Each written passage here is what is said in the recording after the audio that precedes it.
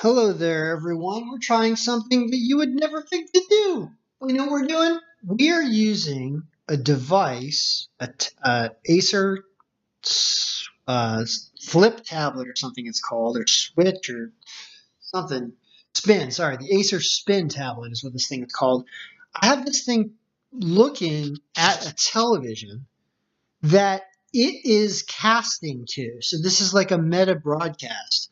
What this is, and then I'm actually toggling it and using, I'm very blind. If you know me in person, you know that I cannot see anything. I'm actually able to see this where I'm standing, and hopefully I don't put my fingers above the camera. But we can actually go over week 14 and all do it on one device. It's actually recording this and casting it all at the same time. It actually works. It's really unbelievable that you can do this. So anyway, let's talk about what happened tonight. And also, I'm going to try to make this a pretty quick video. No, I'm not. You know me, I'm going to go on forever.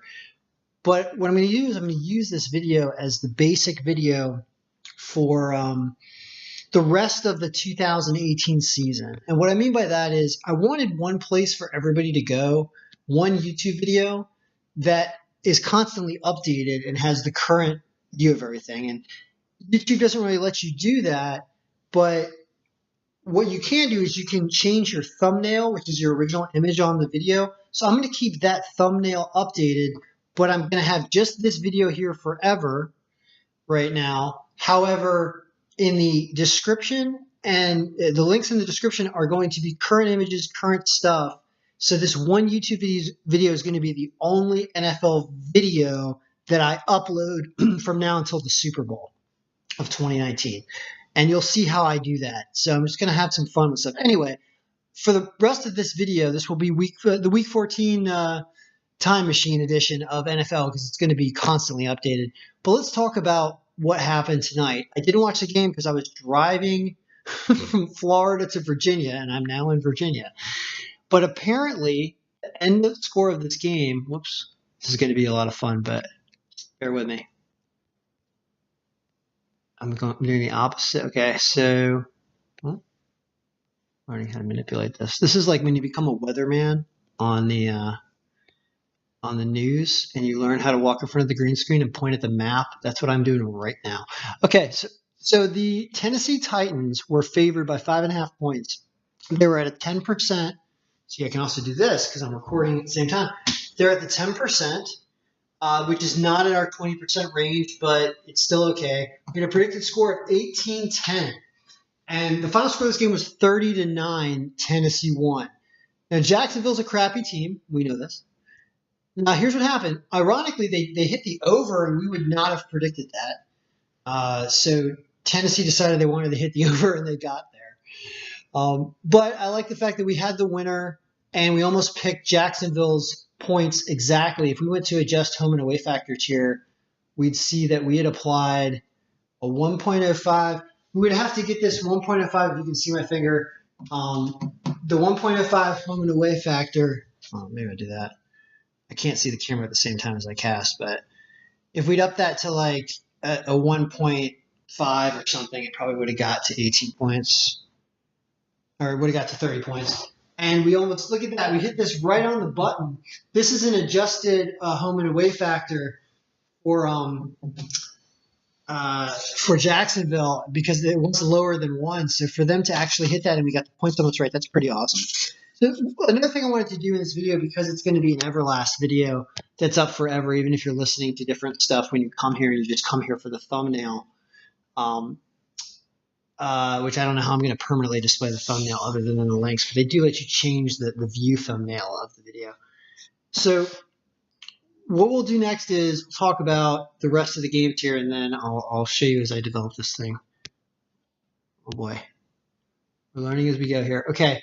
So I wanted to talk about teams that I think are going to make the playoffs, win the Super Bowl, make it to championships and stuff as we go, because this video is going to be up for the rest of the season. And if you look at injuries are obviously an enormous thing. So things are always going to change and people are going to get hurt, like what happened with the Redskins and Alex Smith, and Broncos had some key injuries. I listened to one of the other YouTubers that I really like is a guy named Brandon Perna, who does That's Good Sports, and he does football videos, and he talks about his picks and everything, and he's a really funny guy. And he's a huge Broncos fan, and he really goes in depth about the injuries the Broncos had, and you really feel for the guy who's obviously a fan. So injuries are an enormous thing. Now, what is that? Why did I bring that up as the first thing when I started to talk about Baltimore and Kansas City? Is Flacco's out. The new quarterback is playing well and has a few wins in a row. The Chiefs have no defense. And so seeing Baltimore at a plus 240, they're minus 19%. So Kansas City, of course, is a better team and should win this game. But look what happened to the projected score. It went 49-30 Baltimore. And there's a lot of factors in this game. 53 points too. I like the over, and I do think Baltimore, if you don't want to take Baltimore outright, Baltimore with the spread seems like a good idea. Just simply because they're playing okay now, and Kansas City's defense lets up a lot of points sometimes. So it seems like Baltimore, would probably not lose that game by more than a touchdown, but of course that's why they put it at 6.5. So I like Baltimore's line at plus 240 better. And I like the over in that game. Now, Baltimore's done that just before where they haven't hit the over, and I thought they would. Kansas City defense and Kansas City offense may also hit the over. So even if Kansas City wins this game, 53 is a big over there. But if you look at like a 30 to 24 game, right? Something like that. Whoever wins anyway. It's an interesting discussion. But I like Baltimore's line there. And maybe take them with the spread. All right, Indianapolis, and I'll try to make the videos a little more funny. That's one thing I like about Perna's videos is they really keep you into them. He's got a lot of clips and stuff. This does a really good job with it. Indianapolis and Houston. All right. Well, freaking Indianapolis. Indianapolis gets shut out. This is not a hockey game. I do not expect a football team to get shut out. There are people that bet the over in that game last week, right? With Indianapolis, they lost like 6-0. They lost by like two hat tricks. Anyway, Houston should beat them. Houston's at 24% there. And a plus 225 line. 49.5 over under. I mean, Houston should win that game. It's interesting that it has a 30-33 score because Indianapolis can go out offensively. So it really likes the over 49. I think that negative 225 is not too much to pay for Houston to win that game outright. So I do like Houston winning that game at negative 225. That's a good pick. They're probably going to beat Indianapolis. 24% is a solid number in win strength there. So that's another reason why you should be confident about that. Watch them lose like 40-0. All right, Carolina. No, that won't happen. Houston's probably going to win. Carolina and Cleveland. Now, here's an interesting game. Cleveland's only at plus 110 because Carolina's on a 4-game losing streak. Cam ain't feeling it this year. I don't know whether he's wearing a fedora kind of top hat. Is he walking around with a purse like LeBron yet? Whatever he's doing, it's not working right now. He probably doesn't have an offensive line. That's a guy whose offensive line seems to let him down. I think that's what's going on with Carolina. They're slightly favored only at 8%, but Cleveland's got upset written all over them. Cleveland, it is hot in Cleveland. That team is not a 1-15 team anymore. They've already won at least 2 games this season. I think maybe even 3. So I think that they could win this game. Obviously, the point predictions are getting it there at 30-20. I can see how the over-under is interestingly hit. I wouldn't touch the over-under. I don't know what to do there. But never listen to me. Always listen to the file. File says it's going to be over. File says that the Browns are going to win this game by point predictions, which is more reliable. And at 110, I guess why not? I said at the beginning of the year I'd be betting against the Browns every game. Here we are saying bet the Browns again as an underdog. All right, Atlanta and Green Bay. Green Bay, a mess. Loses to Arizona. Is only slightly favored here over Atlanta, who's also not feeling it this year. This game's in Green Bay. It's probably cold. That the cold is not being taken into account in the score other than Green Bay's home factor. Apparently, there's no defense on either one of these teams. That is a very interesting over in that game. It's cold, but those teams have terrible D. And I noticed that when I was complaining about Buffalo games being, I don't know if there's going to be snow. I should take that into account for a Sunday game. But if it's just cold, they might put up points. It can happen. So that over is a sneaky over at only 50. One thing I like about the over-under thing over here, what this moon is, like half moon or three-quarter moon or full moon, it's higher or lower in the overs when you look at all games. So what I thought would be interesting is looking at the over-under comparisons. Like this is a medium one. This is a big one. This is a glass half full one. So maybe you wouldn't want to do it because it's basically the third tier higher of the possible overs. And a game in Green Bay where it might be cold and I might not be scoring, maybe not. I don't know. I have to check it.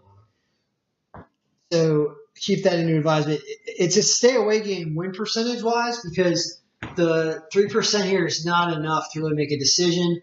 The point predictions, look at how close it is. Like in that kind of situation, you probably want to take the team with the better line, which is Atlanta at 179 over there. So keep that in mind if you're just doing math. New Orleans and Tampa Bay. New Orleans really S the bed last week against Dallas. Are they going to do it again against Tampa Bay? No, they're going to beat the crap out of them, right? Now, I know it says that they're going to score 80 points. Well, I mean, they're not going to score 80 points. The reason why it's doing that is a distortion. I don't need to explain it. You don't care. Point is, they're not going to score 80 points. So the 55, though, so what are they going to put up? And the answer is they're probably going to win the game. So if they need to win the game, and this is right, and the Tampa Bay of 26 is right, then they're probably going to put up 31 to 35. So I think you got like a 57 over when the over set at 55.5 is really tight to that. So that's too sketchy. But New Orleans at minus 380 is okay at that line, I guess. I don't think they're going to let you down against Tampa Bay the same way Dallas, a team that really fought and has a decent defense, wanted to do on a Thursday night prime time, right? So they win that game. The money line bet is the game. I wouldn't mess with the spread because they're going to do just enough to win that game. They might not win it by 8. The Jets and Bills in Buffalo. Now you got a weird thing that the picture's doing right here with 0%, but a blue and a green. This 0 is higher, meaning if I were to open that up in Excel and show you the actual percentage, the Jets are slightly favored apparently at a positive, percentage of a percent. So the fact that the point predictions, though, which we deem more reliable, have the Bills winning this game, 29-26, makes me want to go with the Bills. And you could hear me in the future saying, if the Bills win this game, I had the Bills, even though the win percentage in the file is actually favoring the Jets. I would exclude that, and I'm calling this game for the Bills. So the Bills favor here. A lot of people are liking the Bills. Perna liked the Bills. The video I watched or heard or whatever from him today. Today being December 6th. So it likes the over in that game in Buffalo. Does it? Whatever. Let's talk about the Patriots-Dolphins. I left Miami, so I'm not there.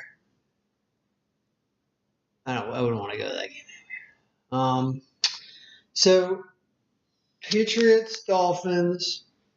Patriots are at a big, strong 51%. That is a very reliable win strength percentage for us. They like to cover. They like to be reliable. I don't mess with the spread, though, so it's negative 360. Did you see, if you watched the video I did for last Sunday, the recap of Week 13, I was talking about how the Patriots line, which was like negative 250 or something last week, was a great line against Minnesota. And you can see this is a similar team. Miami and Minnesota, I would say Miami's weaker than Minnesota. But now you're starting to get a tougher line with the Patriots, but I do think they're going to win, and I would put that negative 360 probably in some parlays because they're probably going to win. This game's going to be hot in Miami. You're going to see some more points than normal, even though the Patriots seem to be tightening down. So the 47 that Vegas has set the over-under at there, we're saying that's going to be crushed by 61 points. What is a score that beats 47? The Patriots put up 24. They can't do that. They have to put up more than 24. Dolphins have to put up. Let's say the Dolphins put up like 21, like it says. Then we got to put up 27.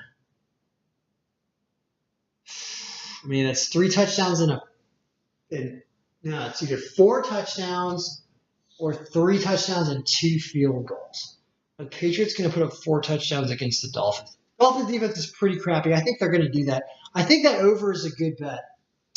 I've been to 2 or 3 Dolphins games this year, and their defense was very weak. I don't think it's gotten better.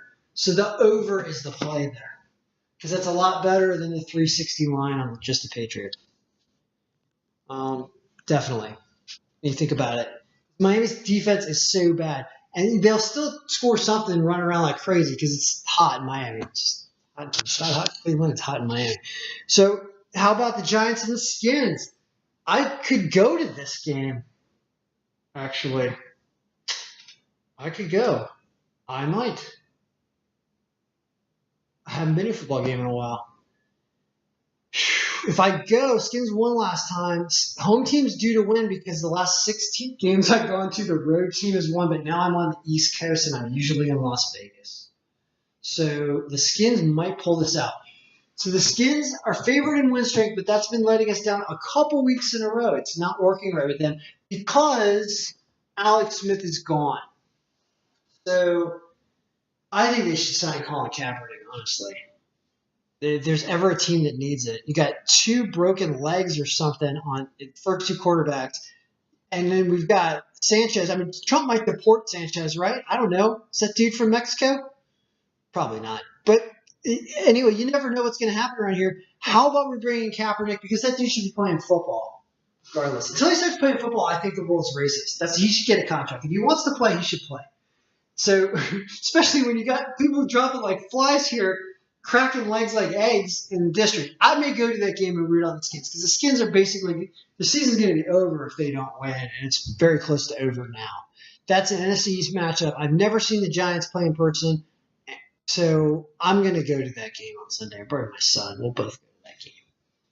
And we will root on the Skins and see if this win streak that's distorted. That's what got me on that topic was the win streak is distorted because – Meta? Is this going to work? That's not working too bad.